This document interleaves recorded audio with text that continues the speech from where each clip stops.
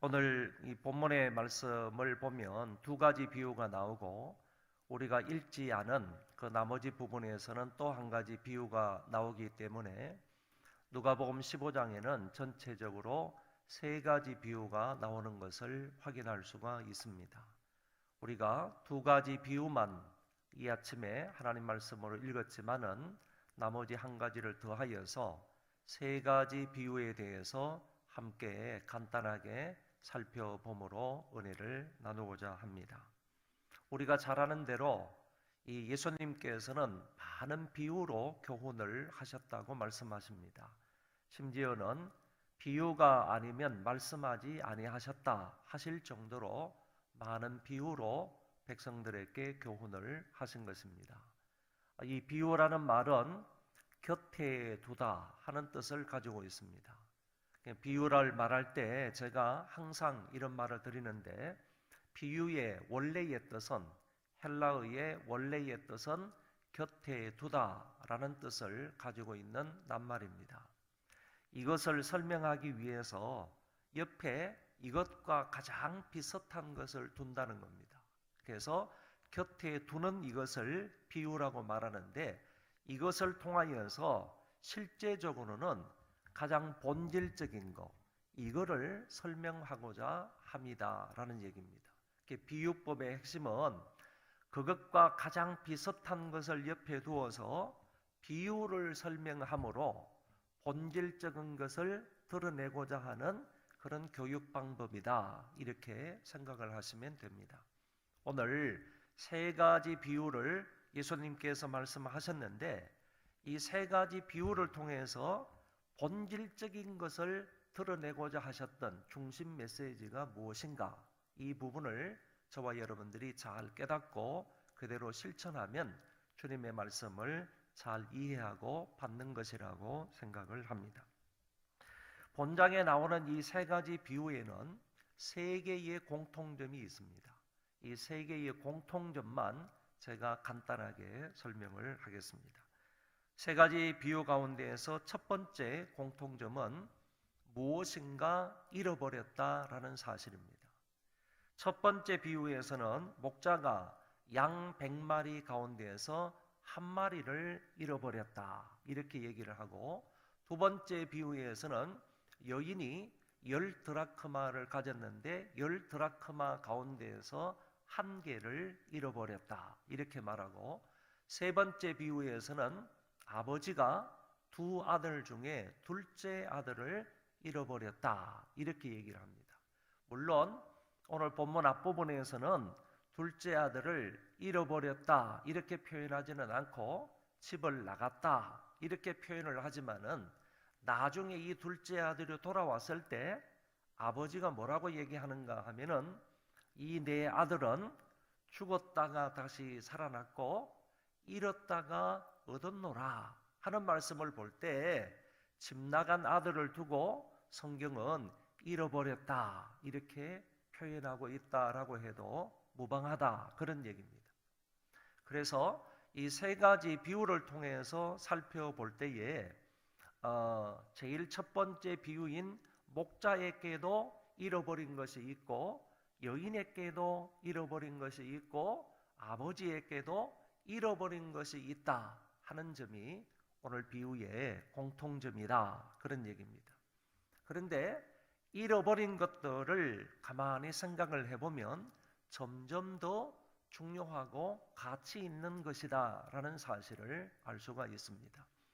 이 100마리 양 가운데에서 한 마리보다도 어쩌면 여인이 가지고 있던 10개의 드라크마 중에서 한 개가 더 소중하고 더 가치가 있다는 얘기고, 여인이 가지고 있던 이 한 개의 드라크마보다는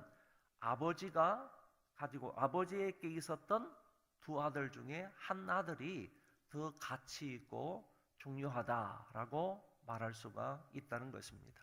다시 말하면 양보다도 드라크마가 더 가치 있고 중요하고, 드라크마보다는 사람이 더 중요하고 가치 있는 것이다. 여러분, 점점 가면 갈수록 더 소중하고 가치 있는 것을 잃어버린 비유를 말씀하고 있다. 이렇게 이해할 수가 있는 것입니다. 두 번째 공통점은 잃어버린 것을 모두들 다 열심으로 노력을 해서 잃어버린 것을 찾았다 하는 공통점을 가지고 있습니다. 목자는 99마리 그 양들을 들에 두고 잃어버린 한 마리를 열심히 찾았다 이렇게 표현합니다. 찾도록 찾아다니지 않겠느냐 이렇게 표현했는데, 다른 말씀도 마찬가지지만은 찾도록 찾아다니지 않겠느냐 하는 이 표현은 찾을 때까지 찾았다 그런 뜻입니다. 내가 그것을 잃어버렸는데 찾을 때까지, 내가 내 눈에 목도가 되고 내 손에 잡힐 때까지 그것을 찾았다 하는 의미를 가지고 있는 말씀입니다. 그리고 여인은 등불을 켜고 집을 썰며 찾도록 부지런히 찾지 아니하겠느냐. 앞에서는 찾을 때까지 찾았다 이렇게 표현하고, 뒤에는 등불을 켜고 부지런히 찾지 않겠느냐 이렇게 표현해주고 있는 것을 볼 때, 이 둘째 비유의 여인도 정말 힘써서 애써서 이런 드라크마를 찾았다 하는 것을 말씀할 수가 있는 것입니다. 여러분, 참 이상한 표현이 하나 나옵니다. 이 여인이 등불을 켜고 이런 것을 찾았다 이렇게 말하는데, 이게 멀건 낮에 왜 등불을 켜고 이런 드라크마를 찾겠습니까? 근데 우리는 잘 이해가 안 되지만은 유대 땅에는 집들이 대부분 창문이 별로 없다는 겁니다. 토막집이나 나무집이나 이런 것을 짓는데 창문을 별로 없이 짓고 지하 비슷한 곳에 움막처럼 이렇게 지어서 살고 있었기 때문에 바깥에부터 햇빛이라든지 이런 것이 잘 들어오지 않기 때문에 방 안이라든지 거실이라든지 이런 곳은 대부분 어두컴컴하다고 합니다. 그래서 무엇인가를 찾으려면 육안으로는 잘 보이지 않으니까 낮에도 억지로 등불을 켜고 무엇인가를 찾아야 된다고 합니다. 그래서 이 여인은 등불을 켜고 그것을 찾았다. 그만큼 자기에게 있어서는 이 드라크마가 중요한 거예요. 소중한 거예요. 가치 있는 거예요. 왜 그런가 하면은 대부분의 신학자들은 이 여인이 가지고 있는 10개의 드라크마가 어디서 났겠는가라고 할 때는 결혼할 때에 지참금으로 가져온 돈일 거다 이렇게 얘기를 합니다. 결혼할 때에 지참금을 가지고 온 그 돈이라서 이거는 잃어버리면 어쩌면 남편으로부터 배신을 당할 수도 있다는 거예요. 남편으로부터 이혼을 당할 수 있는 거리가 될 수가 있다고 얘기합니다.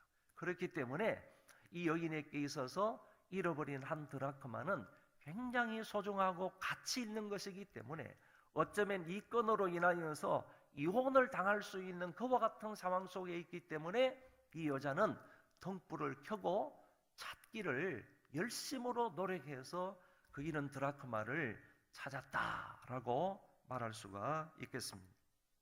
그런데 아버지는 집 나간 둘째 아들을 본문을 통해서 볼 때에는 열심히 찾지 않는 것처럼 이렇게 나타납니다. 그저 단순히 먼 발치에서 아들이 오기만을 항상 기다리는 그런 모습으로 성경에 표현이 되어 있습니다. 하지만 이 사람이, 아버지가 기다리는 그 마음이라 아니면 기다렸을 때에 그 표현되어 있는 성격의 내용들을 볼 때에 마치 집 나간 아들을 사방팔방으로 돌아다니면서 자기가 백방으로 찾는 것보다도 더 안타까운 마음으로, 더 간절한 마음으로, 애절한 마음으로 그 아들을 기다리고 있다 하는 것을 성경을 통해서 알 수가 있습니다. 아직도 상거가 먼데 아버지가 저를 보고 척은히 여겨 달려가 목을 안고 입을 맞추는 이런 모습에서 이 아버지가 기다리는 마음이 마치 찾아 나서는 마음보다도 더 애절하게 간절한 마음으로 이렇게 기다리고 있다 하는 점을 알 수가 있게 되는 것입니다. 결국 그래서 여기에 목자와 여인과 아버지는 잃어버린 하나를 가치 있게 생각하고 소중하게 생각을 하고 그처럼 안타까운 마음으로 그것을 찾고 또 찾고 그리고 기다리는 모습을 엿볼 수가 있겠습니다. 그래서 이 세 가지 비유에서 첫 번째 공통점은 무엇인가 잃어버렸다 하는 것이고, 두 번째 공통점은 잃어버린 것을 정말 노력해서 부지런히 그것을 소중히 여기고 가치 있게 중요하게 여기면서 그것을 찾고 찾았다 하는 공통점을 엿볼 수가 있습니다. 세 번째 공통점은 찾았을 때 그들에게 기쁨이 넘쳤다라는 사실을 반복해서 말씀해 주고 있습니다. 이런 양 한 마리를 찾았을 때 목자의 기쁨을 성경은 이렇게 말해주고 있습니다. 또 찾은 적 즐거워 어깨에 메고 집에 와서 그 벗과 이웃을 불러 모으고 말하되 나와 함께 즐기자 나의 잃은 양을 찾아노라. 중요한 표현이 그 잃은 양을 찾았을 때 주인이, 이 목자가 그 양을 어깨에 메고 돌아왔다 이렇게 표현합니다. 여러분, 목자들은 이 양을 짐승을 자기 어깨에 메고 다니는 경우는 거의 없습니다. 전부 다 끌고 다니지, 전부 다 몰고 다니지 자기 어깨에 그렇게 메고 오는 경우는 거의 없는데, 이 목자가 찾다가 그 한 마리 잃은 양을 발견하고 난 이후에 너무 기쁜 나머지 이 양을 끌고 집으로 오는 게 아니에요. 끌고 집으로 오는 게 아니라 그 양을 자기 어깨에 메고 집으로 왔다 이렇게 표현하고, 집에 와서는 어떻게 하죠? 벗과 이웃들을 초청해가지고 내가 잃어버린 한 마리 양을 찾았다라고 하면서 기쁨을 같이 나누는 것을 볼 수가 있습니다. 여러분, 혹시 중동 지방에 가시면 베두인들이 치는 그 양들이 많이 있는 것을 볼 수가 있습니다. 그러면 베두인들이 지금 방목하고 있는 그 양을 혹시나 여러분들이 양새끼라 할지라도요, 그것을 한번 어깨에 한번 울려 매려고 한번 해보시기 바랍니다. 여러분은 절대로 그 양을 어깨에 맬 수가 없습니다. 무거워서가 아닙니다. 그 양에는 지독한 냄새가 난다는 겁니다. 역겨운 지독한 냄새가 나기 때문에 여러분은 가까이 가거나 아니면 그 양을 어깨에 울려 매는 동시에 여러분은 다 토하고 말 거예요. 그 역겨운 냄새가 너무너무 지독한 거예요. 그럼에도 불구하고 목자는 잃어버린 그 양을 찾아서 자기 어깨에 둘러매고 집까지 온다는 겁니다.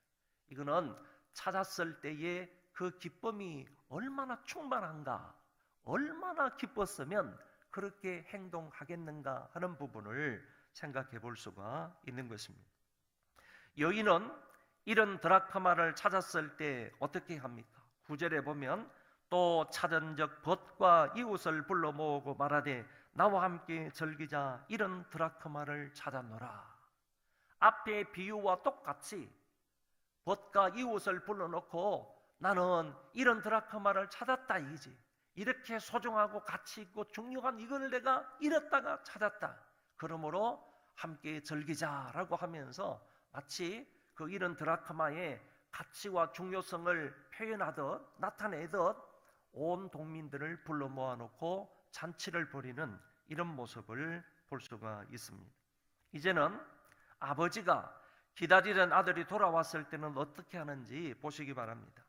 아버지는 집 나간 둘째 아들이 돌아왔다고 제일 좋은 옷을 내다가 입힙니다. 손에 가락지를 끼우고 발에 신을 신겨 줍니다.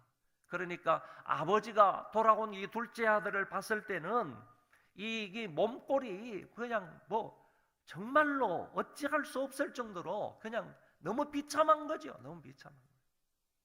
아버지가 아들의 모습을 보았을 때 그게 옷을 입고 있는지 안 입고 있는지 할 정도로 누더기 옷을, 돼지 먹는 그런 쥐염 열매나 먹고 살았고 그 다음에 그곳에서 일을 했기 때문에 정말 옷이 엉망이랑 그런 옷을 입고 왔으니까 아버지는 마땅히 그 옷을 다 벗기고 새 옷으로 갈아입혔을 것이고 손에 가락지를 끼워줍니다. 이거는 너는 역시 영원한 내 아들이다 하는 그런 정표입니다. 손에 가락지를 끼워주는 것은 너는 집 나가 돌아왔으니까 여전히 내 아들이야. 영원한 내 아들이야.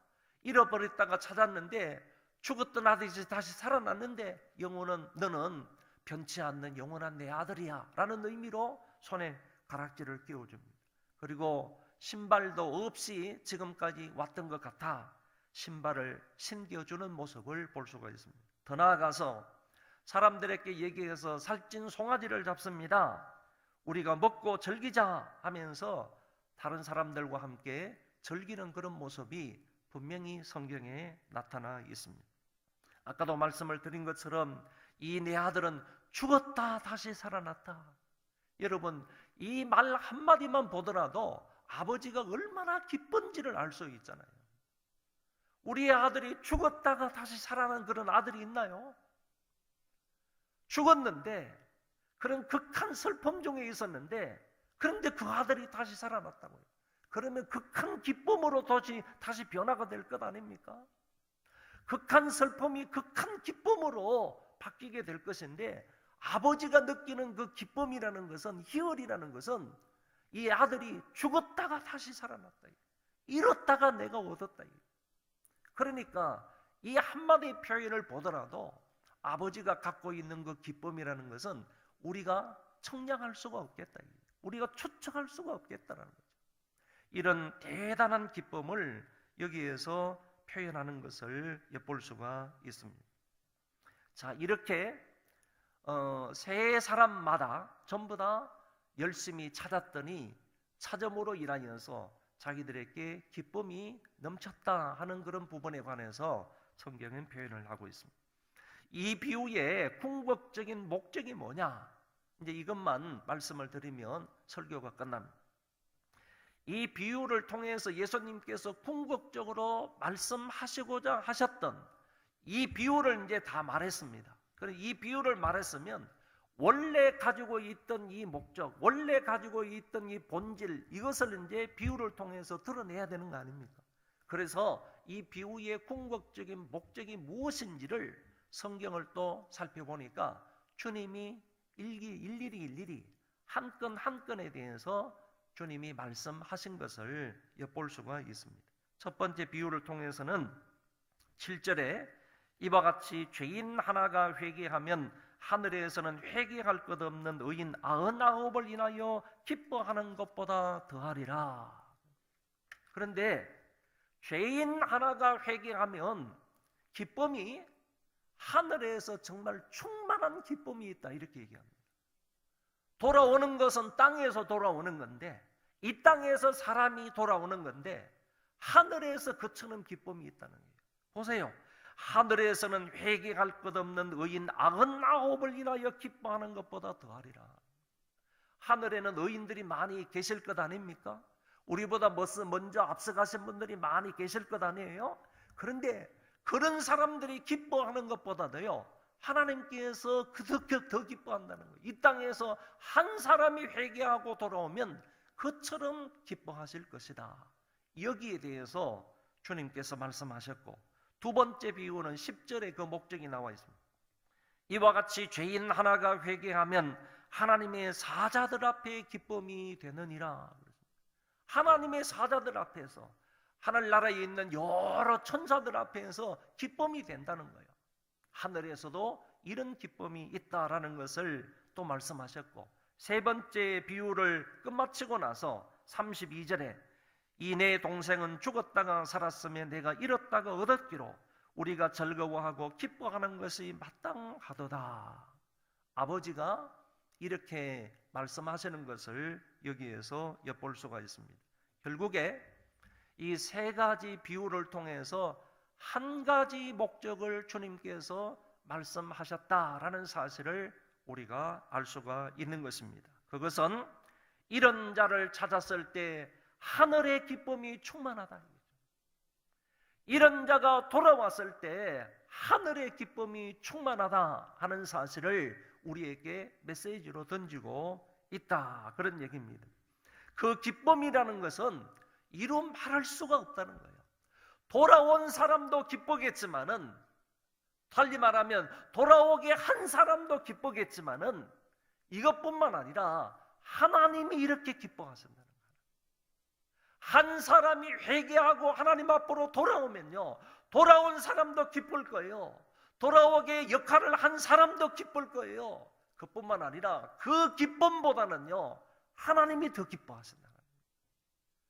어쩌면 하나님이 너무너무 기뻐하셔서요, 천사들 앞에서 돌아온 자를 얘기하면서 그 천사들에게도 기쁨을 주고 하늘에서 잔치가 벌어진다고 해도 과언이 아닐 것입니다.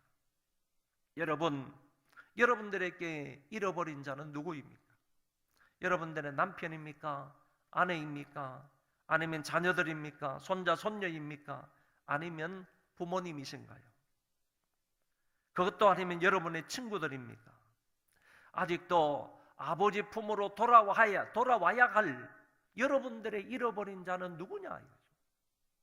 나에게 있어서 잃어버린 자는 누구입니까? 여러분에게 잃어버린 자는 없습니까? 꼭 하나님 앞으로 돌아와야 할 자가 없냐 이 말이에요. 하나님 앞에서 회개하고 하나님께로 돌아와서 예수 그리스도를 믿음으로 하나님의 자녀가 되어야 할 그런 사람은 없나요? 기도하면서 그런 사람에게 열심히 다가가 복음을 전하고, 모쪼록 그런 사람들이 우리의 전도를 통하여 하나님 앞으로 돌아와는 그런 역사가 있기를 바랍니다.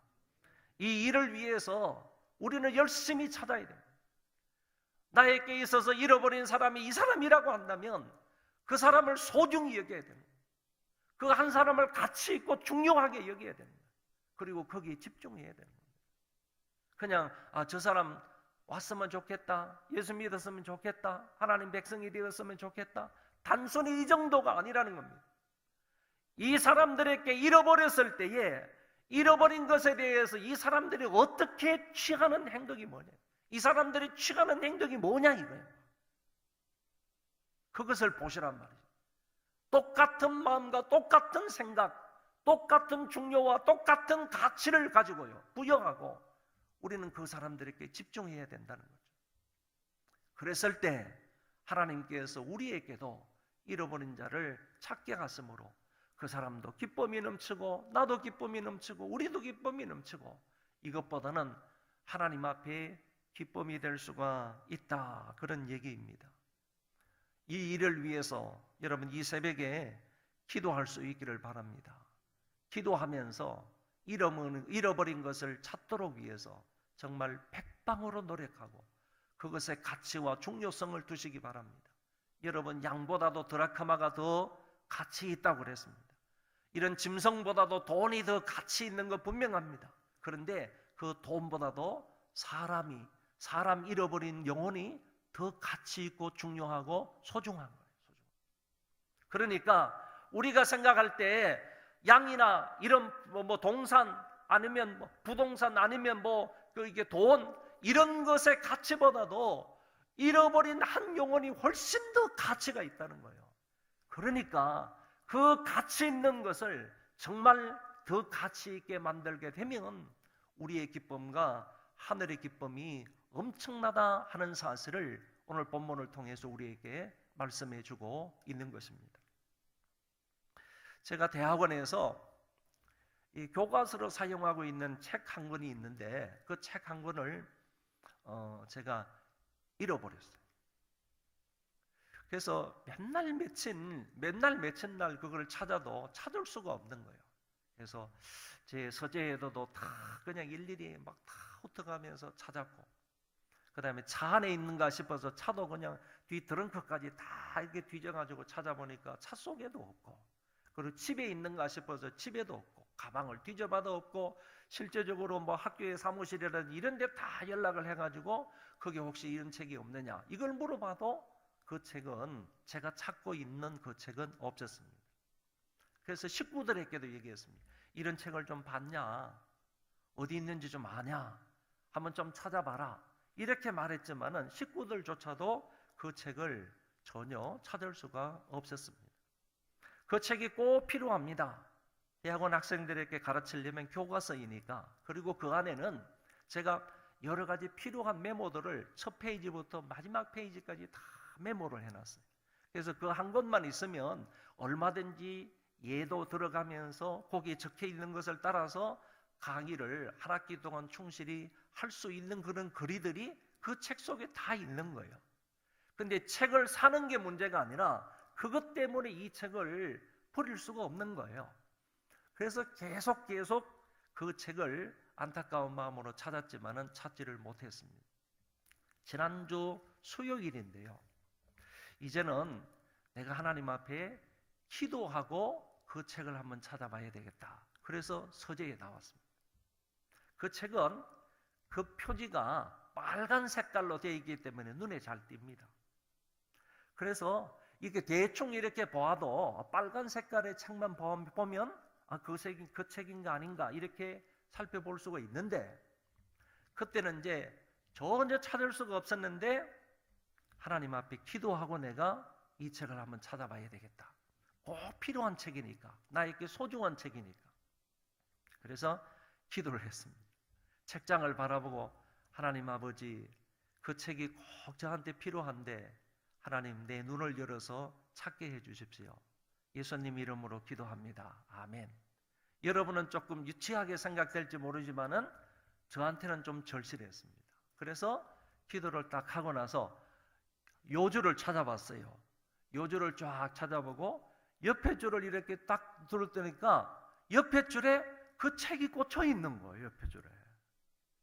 두 번째 칸에, 이 칸을 보고 나서 두 번째 칸을 딱 봤는데 두 번째 칸에 그 책이, 빨간 책이 거기 꽂혀 있는 거예요. 꽂혀 있는 거예요. 제가 여기를 두 번, 세 번 넘어봤습니다.